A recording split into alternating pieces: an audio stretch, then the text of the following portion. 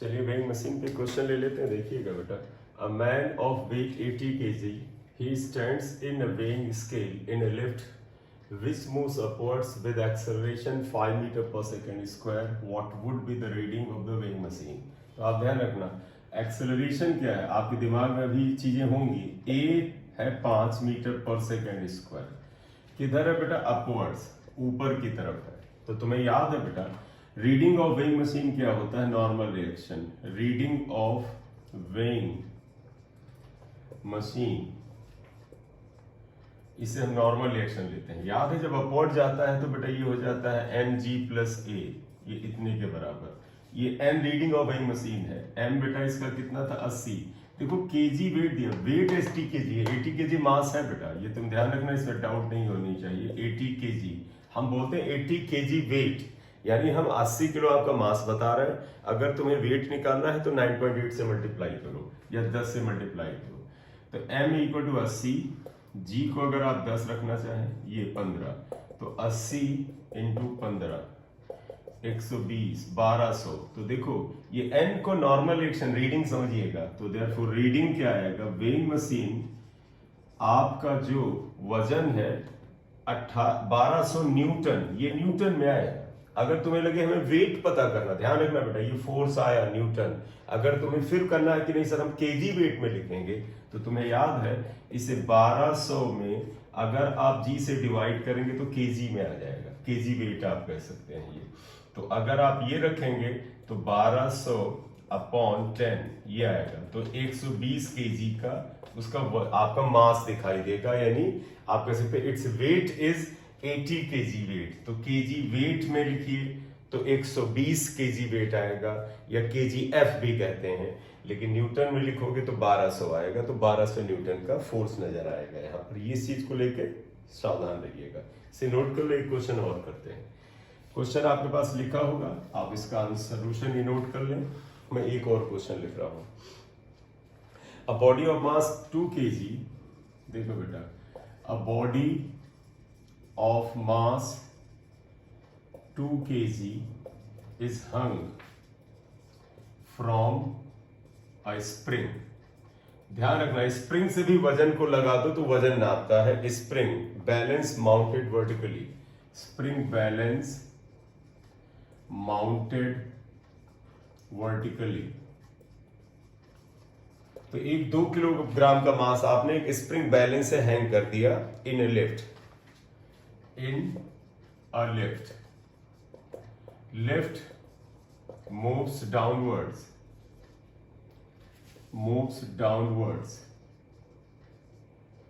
with acceleration. Lift moves downward with acceleration equal to acceleration due to gravity, equal to acceleration due to gravity। ध्यान रखना, lift नीचे आ रही है और जिस एक्सेलरेशन से आ रही है that is equal to gravity. तो ये पूछते हैं what is the reading of spring balance, then what is the reading of spring balance. Spring balance की रीडिंग क्या है? ठीक है, अब आप ध्यान देना, एक चीज बताएं बेटा, तुम अपना वजन एक लिफ्ट में एक वेइंग मशीन रख करके नाप रहे हो या स्प्रिंग बैलेंस से नाप रहे हो, बातें सेम ही है, दोनों सेम बात है, क्योंकि स्प्रिंग बैलेंस भी वजन ही नापता है। तो व्हाट इज द मोड, तरीका क्या है, इंपॉर्टेंट नहीं है। बस फर्क ये है कि जो वेइंग मशीन है जब हम उस पर खड़े होते हैं तो जो हम दबाव लगाते हैं जिसे हम नॉर्मल रिएक्शन कहते हैं उसको नापता है, लेकिन स्प्रिंग जो होता है वो तुम्हें पता है, जो स्प्रिंग होगा उसको जिधर खींचो उसके खिलाफ एक रीस्टोरिंग फोर्स लगाता है, F इक्वल टू kx। ये वास्तव में उसे नापता है। तो दोनों का तरीके में हल्का सा फर्क है, लेकिन नापता वजन ही है। तो स्प्रिंग बैलेंस भी वजन ही नापता है। तो आप ध्यान रखिएगा, मेन चीज ये नहीं इंपॉर्टेंट है कि आप वेइंग मशीन लेके जा रहे हैं या स्प्रिंग बैलेंस लेके जा रहे हैं। इंपॉर्टेंट है कि जिस प्लेटफॉर्म में आप हैं वो क्या एक्सेलरेट हो रहा है या रिटार्ड हो रहा है। तो आप देखिएगा, कहते हैं lift moves up downward with acceleration equal to acceleration due to gravity. इसका मतलब यहां पर ए को जी के बराबर दे रखा है। और नीचे की तरफ दे रखा है लिफ्ट इज गोइंग डाउनवर्ड, तो तुम्हें याद होगा जब लिफ्ट डाउनवर्ड जाती है तो रीडिंग, या आप reading of spring balance, reading of spring balance, मैं फिर बताऊं, चाहे वो स्प्रिंग बैलेंस हो या वेइंग मशीन हो, वो आपका वजन ही नापेगा, सिंबल देना जरूरी नहीं है। क्या आएगा तुम्हें याद है, जब नीचे की ओर एक्सेलरेट होता तो ये आता था mg माइनस ma, यानी ये क्या आएगा mg माइनस a। तो इसका मतलब m a भी g के बराबर है तो g माइनस g आएगा, देखो a g के बराबर ये 0, तो यानी रीडिंग जो आ जाएगा, रीडिंग इक्वल टू 0, यानी वेट ऑफ m की वैल्यू दी थी इन्होंने 2 लिखना चाहो लिख लो, m इक्वल टू 2 है, तो weight of body appears to be, weight of body is 0 आएगा। और तुम्हें याद हो अभी जब एग्जाम या पिछले लेक्चर में हम कराए थे तो उसमें हमने बताया था कि अगर लिफ्ट की स्ट्रिंग काट दी जाती है तो भी तो a इक्वल टू g से नीचे आता था, तो स्टेट ऑफ वेटलेसनेस आता था, तो ऑब्वियसली बात है this is the state of weightlessness, तो ये स्टेट ऑफ वेटलेसनेस आएगा, उसको बेटा अपना वजन या इस बॉडी का वजन जो होगा उस स्प्रिंग बैलेंस में 0 नजर आएगा, 0 नजर आएगा, राइट। अब अगर इन्होंने क्वेश्चन में इसमें चेंज किया है, अब कहते हैं इसी क्वेश्चन में अगर लिफ्ट ऊपर की तरफ मूव कर रही है, तो अब हम ये अगला क्वेश्चन ले रहे हैं, आप उसमें ध्यान से देखिएगा इसमें, तो हम इसमें अगला क्या ले रहे हैं, अगला क्वेश्चन ले रहे हैं, if in previous question lift moves upwards with constant, upwards with, पहला लिख लेते हैं कांस्टेंट वेलोसिटी 10 मीटर पर सेकेंड, एंड सेकेंड एक और केस ले लेते हैं कि lift moves upward with this,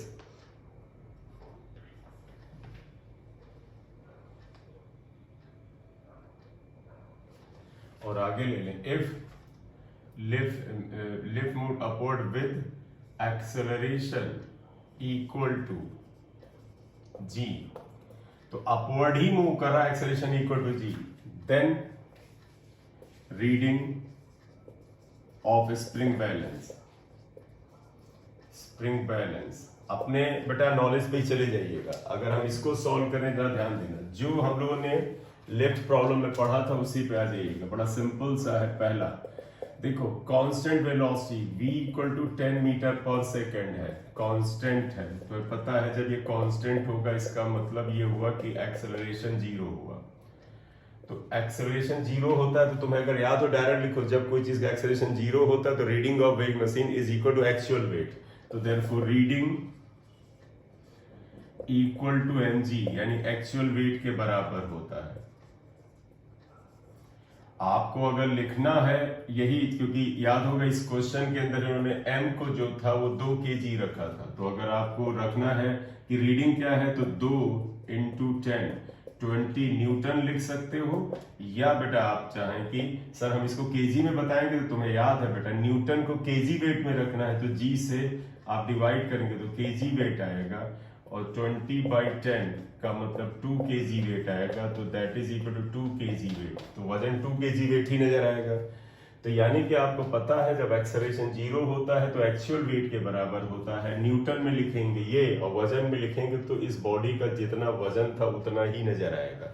acceleration 0 सीधे लिख दो सर 2 किलो का ही नजर आने वाला है। सेकेंड में इन्होंने कहा है कि lift moves upward with acceleration equal to g, तो तुम्हें याद है a equal to g upward है, फिर तब याद है तुम्हें रीडिंग क्या होता है बेटा, चाहे वेइंग मशीन हो चाहे स्प्रिंग बैलेंस हो, रीडिंग होता है mg plus ma equal to mg plus a, m की वैल्यू 2 है, g की वैल्यू 10 है और 10 है, या g में ही लिख लो बेटा g प्लस g है क्योंकि a की वैल्यू g के बराबर है, तो बेटा ये आ जाएगा 2 into 2g equal to 4g Newton, तो इसका मतलब ये 4g की वैल्यू 10 लिखो तो 40 न्यूटन आएगा। अगर आप केजी वेट में रखेंगे तो ये तुम्हें याद है 40/10 कर देंगे तो केजी वेट आएगा, तो यानी कि ये 4 kg वेट आ जाएगा, राइट। तो अगर आप 4 यहीं पे लिख लिया करो, देखो 4g न्यूटन आया, g को हटा दो तो 4 kg वेट वजन आ जाएगा, ये केस आ जाएगा। क्लियर? एक ये बड़ा अच्छा इंपॉर्टेंट क्वेश्चन है बेटा, वेरी इंपॉर्टेंट क्वेश्चन। देखिएगा, 60 kg man stands on A spring scale in a lift. एक 60 किलो का आदमी है, एक लिफ्ट के अंदर एक स्प्रिंग बैलेंस पर अपना वजन नाप रहा है, ठीक है। एट सम इंस्टेंट ही फाइंड्स, उसे एक समय ये लगा scale reading has change from 60 to 50 kg। उसे लगा कि उसके जो रीडिंग था स्केल का, यानी उसका जो वजन था वो 60 किलो से घट के 50 किलो हो गया। तो दिमाग में रख लो, weight appears to decrease, weight उसका घटता हुआ नजर आता है, right, for a while and then comes back to the original mark. यानी उसे लगा उसका वजन 60 किलो था, सडनली घट के 50 हुआ और फिर वापस 60 आ गया। तो इसका मतलब वेट का घटना और फिर ओरिजिनल जगह पे आने वाली कंडीशन होनी चाहिए। Then comes back to the original mark, what should we conclude, इससे हमें क्या कंक्लूड होना चाहिए। पहला ऑप्शन आइए, lift was in constant motion upward. Constant motion का मतलब हुआ वेलोसिटी कांस्टेंट, वेलोसिटी कांस्टेंट का मतलब एक्सेलरेशन जीरो। अगर एक्सेलरेशन जीरो होगा, कांस्टेंट वेलोसिटी से अपवर्ड जाएगा, तो तुम्हें पता है वेट जो होता है वो एक्चुअल वेट ही बना रहता है। तो जब कांस्टेंट वेलोसिटी से ऊपर जाए या कांस्टेंट वेलोसिटी से नीचे आए, यानी कि दोनों स्थिति में एक्सेलरेशन अपवर्ड और डाउनवर्ड जीरो हो, तो जब जीरो होता है तो वजन में चेंज नहीं नजर आता है। तो lift was in constant motion upward नहीं हो सकता, क्योंकि जब वेलोसिटी कांस्टेंट है तो वेट में फर्क नहीं नजर आता है, इसे वेट में फर्क नजर आ रहा था। Lift was in constant motion downward, चाहे नीचे भी जाए, अगर मोशन कांस्टेंट है यानी एक्सेलरेशन जीरो है तो वेट में फर्क नहीं नजर आना चाहिए। अगर वेट में फर्क नजर आता है, इसका मतलब ये दोनों ऑप्शन तो नहीं हो सकते, तो ये तो नहीं हो सकते क्योंकि एक्सेलरेशन जीरो है। अब तीसरे में आएगा, lift in constant upward motion stops suddenly, यानी लिफ्ट ऊपर की तरफ जा रही थी, सडनली रुक जाती है। रुकने का मतलब जानते हो बेटा, कोई चीज ऊपर जा रही रुकती है, इसका मतलब रिटार्डेशन हुआ। तो तुम्हें याद होगा कि व्हेन लिफ्ट मूव्स अपवर्ड, ये सी वाले पॉइंट या थर्ड पॉइंट के हिसाब से बात कर रहे हैं। लिफ्ट हम चेक करें सही है गलत है। Lift move upwards with retardation a, retardation a. तो तुम्हें अगर इतनी चीज ध्यान रख लो, अगर लिफ्ट ऊपर की तरफ एक्सेलरेशन ए से जाता था तो रीडिंग ऑफ वेइंग मशीन था mg प्लस ma। तो ध्यान रखना, अगर लिफ्ट एक्सेलरेशन से ऊपर जाता तो mg प्लस ma था, लेकिन जब रिटार्डेशन से जा रहा था तो माइनस ma हुआ। तो यानी कि ये आंसर हो सकता है, क्यों? क्योंकि पहले वो ऊपर की तरफ लिफ्ट जा रहा था, तो देखो क्या कहते हैं, the lift in constant upward acceleration is stopped. Stop मतलब रिटार्ड हुआ, तो पहले कांस्टेंट एक्सेलरेशन से ऊपर जा रहा था, तो उस समय उसका ध्यान रखना, जब कांस्टेंट एक्सेलरेशन था तो उसकी रीडिंग जो थी ये थी mg प्लस ma थी।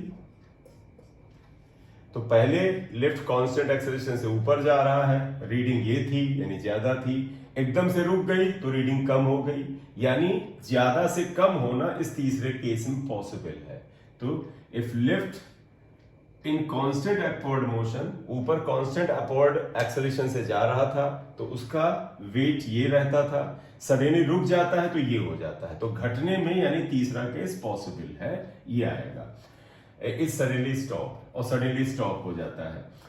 अगला ऑप्शन देख लें, the lift in constant downward motion. अब आपको पता है अगर डाउनवर्ड मोशन जाता है तो वजन कम हो रहा होता है, और जब नीचे जाते हुए इज स्टॉप, तो आप बताइए नीचे जा रहे थे तो आपका वेट ये आता है, रुकेंगे तो ये हो जाएगा। तो इस वाले केस में कम से ज्यादा होना चाहिए, यहां पर क्या था, ज्यादा से कम हुआ है कि लिफ्ट ऊपर जा रही थी, आपको वजन थोड़ा बढ़ता हुआ नजर आ रहा था, वो 60 था।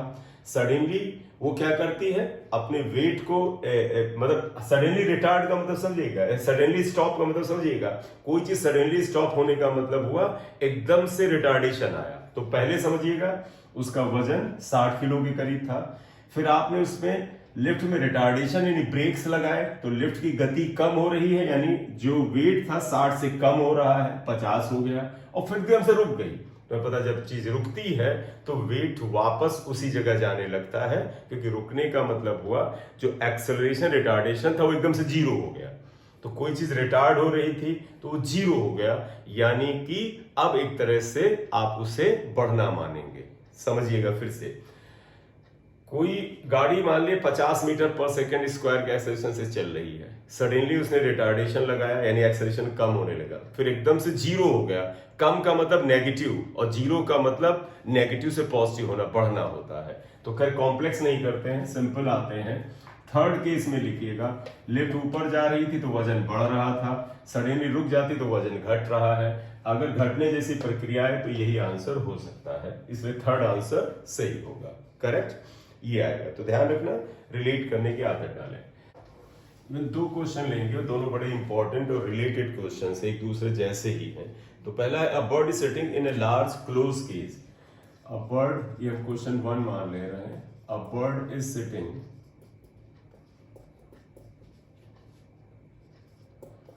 इन अ लार्ज क्लोज्ड केज। बेटा वो एक जो आपका कह सकते हैं जो जिस केज के अंदर वो बर्ड है वो लार्ज है और क्लोज है, क्लेज, which is placed on spring balance, which is placed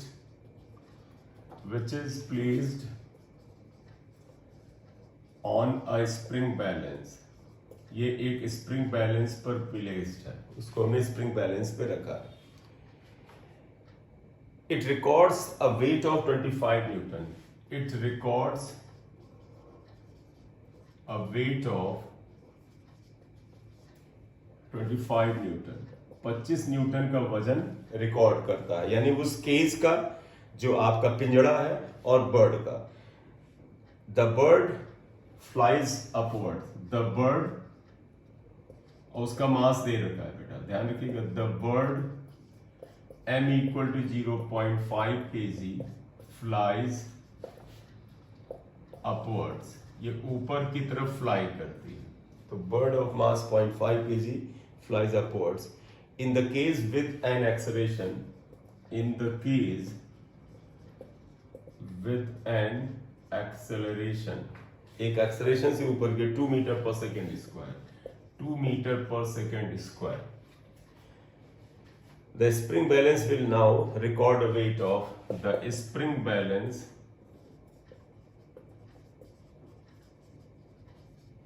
now record the weight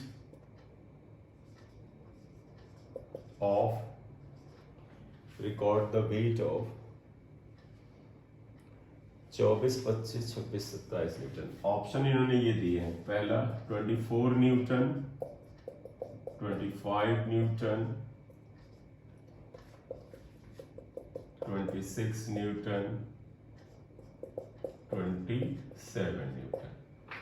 ये आंसर इन्होंने दिया है। आप जरा ध्यान रखिएगा, यह bird sitting in a large close cage. जब क्लोज केज है बेटा, ध्यान रखना, पिंजड़ा पूरा बंद है, ये बंद है पिंजड़ा, और आपने इसको एक वेइंग मशीन पे रखा, मान लेते ये वेइंग मशीन है, ये रीडिंग लेता है, वेइंग मशीन है, इसके ऊपर रखा है, और इसी के अंदर एक चिड़िया है बेटा, आप इसके अंदर एक चिड़िया है, आपने या कोई मांस मान लेते, चिड़िया तो मुझसे बनेगी नहीं, तो मान लेते हैं कि कोई मांस आपने या चिड़िया इसके अंदर आपने रखा था, ये चिड़िया थी। अब ध्यान देना, तो ये क्या कहते हैं, it records weight of this. तो इस समय जो रिकॉर्ड कर रहा वेट है उसमें इस बर्ड का और केज का दोनों का वेट है। तो इनिशियली रीडिंग जो थी वो क्या है, 25 न्यूटन है। 25 न्यूटन का मतलब है जो चिड़िया है बेटा और जो उसका केज है, और उस केज के अंदर जो हवा है थोड़ी बहुत, सब क्लोज है, पूरी तरह से बंद है, पूरे का वजन आएगा। तो एक पिंजड़ा है, उसके अंदर थोड़ी बहुत हवा, ठीक है, हवा का मास नेग्लिजिबल होता है, लेकिन हम बात कर रहे हैं उसे। और 3 चीजें हैं, एक पिंजड़ा, एक चिड़िया और उसके अंदर हवा, सब क्लोज है, ठीक है। अब चिड़िया कुछ एक्सेलरेशन से ऊपर उड़ती है, एक्सेलरेशन तो होगा ही, पहले कोई चीज रुकी हुई है और वो अपनी गति बढ़ाए तो 0 से कुछ गति पाएगी, तो एक्सेलरेशन तो है। तो ये जब ऊपर की ओर उड़ेगी तो नीचे की तरफ एक फोर्स लगाती है। तो जब बर्ड ऊपर की तरफ उड़ेगी एक एक्सेलरेशन से, तो वो एक फोर्स लगाएगी। तो हमारे मन में आएगा, जब ये फोर्स लगाएगी तो स्प्रिंग बैलेंस पे दबाव बनेगा, स्प्रिंग बैलेंस की रीडिंग बढ़ेगी? नहीं बढ़ेगी। क्यों? क्योंकि ये पिंजड़ा बंद है। तो जब पिंजड़ा बंद होता है तो पिंजड़ा यानी केज, बर्ड और एयर एक सिंगल सिस्टम है। तो यहां पर क्या होगा? Here cage is closed. ये अंतर समझिएगा, जो केज है वो बंद है पूरी तरह से। देयरफॉर आपका क्या होगा? Bird plus air plus cage form single isolated system. एक ही सिस्टम बनाते हैं। जैसे law of conservation of linear momentum में याद करो, एक बॉम्ब एक या बुलेट वाला ले ले, एक गन है एक बुलेट है, तो गन और बुलेट एक ही सिस्टम है। जब आप फायर करते हैं तो जब ट्रिगर लगता है तो उसके अंदर का जो बारूद जलने से बुलेट आगे जाती, सब एक ही सिस्टम है, यानी एक्सटर्नल फोर्स कुछ नहीं लगता है। तो जब ये सिंगल आइसोलेटेड सिस्टम है तो जब चिड़िया ऊपर उड़ेगी तो जो नीचे फोर्स लगाएगी वो एक्सटर्नल फोर्स नहीं है बेटा। एक्सटर्नल फोर्स रीडिंग में फर्क लाता है, वो इंटरनल फोर्स है, इसलिए रीडिंग में कोई फर्क नहीं आएगा, यानी आंसर 25 होगा। ठीक है, तो case single isolated, hence force applied by bird. अब तुम कहोगे फोर्स कहां से आएगा? क्योंकि एक्सेलरेशन हो रहा है, एक्सेलरेशन से फोर्स तो पैदा होता है। Is an internal force, internal force है।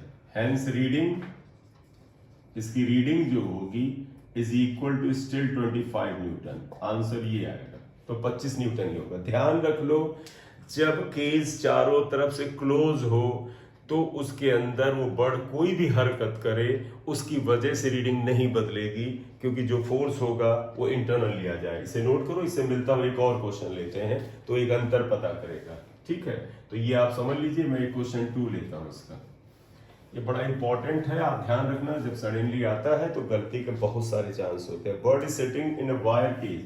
क्वेश्चन 2 में हम ये ले रहे हैं बेटा, यहाँ बेटा तार का बेटा केज है। आमतौर पे तोता होता हम लोग पालते हैं, कोई पक्षी वगैरह बर्ड, तो केज जो होता है वो तार का बना होता है, खुला होता है जिससे अंदर जाए। तो अ बर्ड, तो ये bird is sitting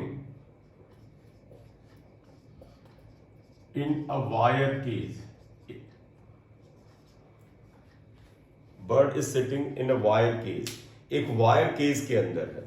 hanging from the spring balance, hanging from a spring balance, spring balance. तो इसमें बड़ा ध्यान रखिएगा, तार का केज है जो आमतौर पर हम लोग चिड़िया काटते हैं। Let the reading of the spring balance is W1।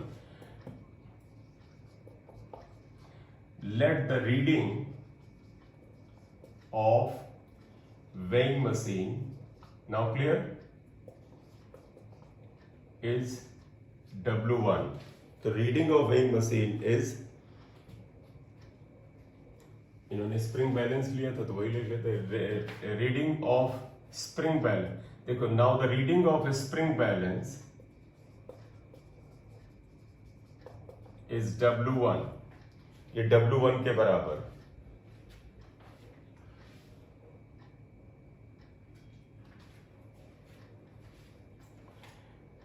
ठीक है, reading of spring balance is W1। If the bird flies about inside, if the bird flies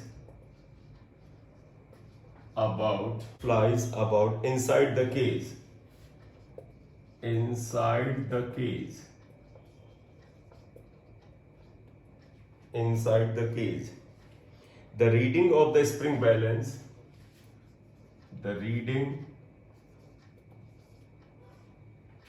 of the spring balance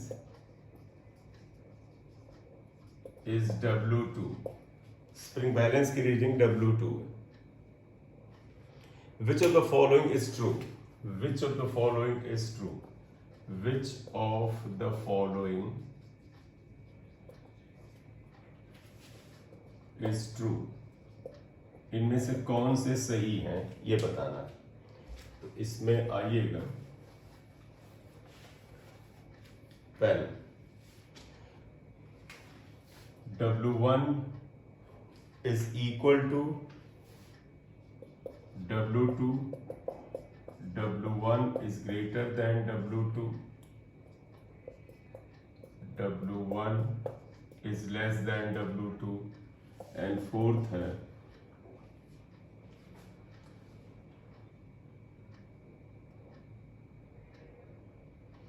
nothing definite can be predicted. Nothing definite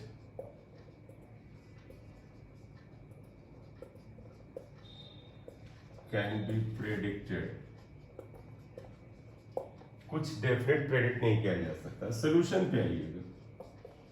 ये अब जरा यहां ध्यान दीजिएगा. यहां पर इसमें इन्होंने क्या बोला है, a bird is sitting in a wire cage hanging from a spring balance. तो बेटा एक पिंजड़ा है, तार का है. इसका मतलब अंदर की हवा बाहर की हवा पास होती है, जो आमतौर पे हमारे घरों में होता है.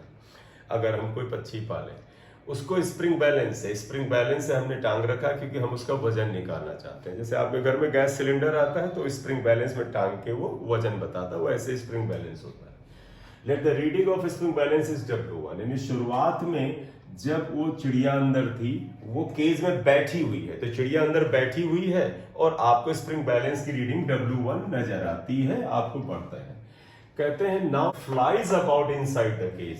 वो केज के अंदर जो है बर्ड वो फ्लाई करती है, उड़ती है. अब एक चीज बताइएगा, एक बेटा केज है, पिंजड़ा है, उसके अंदर बर्ड उस पिंजड़े पे जमीन पे बैठी है. उस पिंजड़े को आपने वेइंग मशीन पे रखा. तो आप ध्यान रखना, अगर आप पिंजड़े को जो तार का बना है, ध्यान रखना तार का है, हवा अंदर बाहर जा सकती है, इसको वेइंग मशीन में बना है. यहां पर ये चिड़िया है, मान लेते हैं ये बर्ड है, ये बैठी है, तो इसकी जो रीडिंग आएगी उसमें जानते हैं किसकी? तो W1 इज एक्चुअली व्हाट? देखो W1 is weight of bird plus cage, दोनों का वजन है जो भी है उसके अंदर, राइट. ये अब केस 2 में क्या कहते हैं, if bird flies about inside the cage the reading is W2. अब बताओ, ये अगर बर्ड सेकेंड केस में आए और यहां पर रीडिंग बेटा इसकी W1 और ये किसकी रीडिंग है ये बता दिया है, W2 क्या होगा? ये बर्ड जो है पिंजरे के अंदर यहां उड़ने लगी, हवा में आ गई. तो बेटा जब हवा में है और हवा अंदर बाहर पास ऑन हो रही है, तो ये बर्ड अब एक्सटर्नल सिस्टम हुआ. बताओ रखा क्या है इसके ऊपर? इसके ऊपर सिर्फ और सिर्फ पिंजड़ा रखा है. अब जो इसकी रीडिंग W2 आएगी, that is the reading of only cage. तो W2 is actually weight of cage only, cage only. Bird का वेट घट जाएगा, इसका मतलब W1 बड़ा था, W2 छोटा था, ये हुआ. तो W1 is greater than W2. तो इसका ये आंसर होगा. जरा ध्यान रखना कि जब क्लोज केस था तो बर्ड के उड़ने से पहले और उड़ने के बाद, मतलब जब बर्ड बैठी थी तब और बर्ड उड़ी, दोनों में रीडिंग सेम होती है क्लोज केस में. लेकिन जब वायर का केज होता है तो बर्ड जब हवा में उड़ती है तो वजन आप केवल और केवल पिंजरे का नापते हैं. तो उस समय आपको शुरुआत में जो रीडिंग आती है उसमें वजन ऑफ बर्ड एंड केज था, बाद में सिर्फ और सिर्फ केज का वजन था, तो कम हो जाता है. ये बड़ा इंपॉर्टेंट क्वेश्चन है, ठीक है, जल्दी से इसे नोट कर.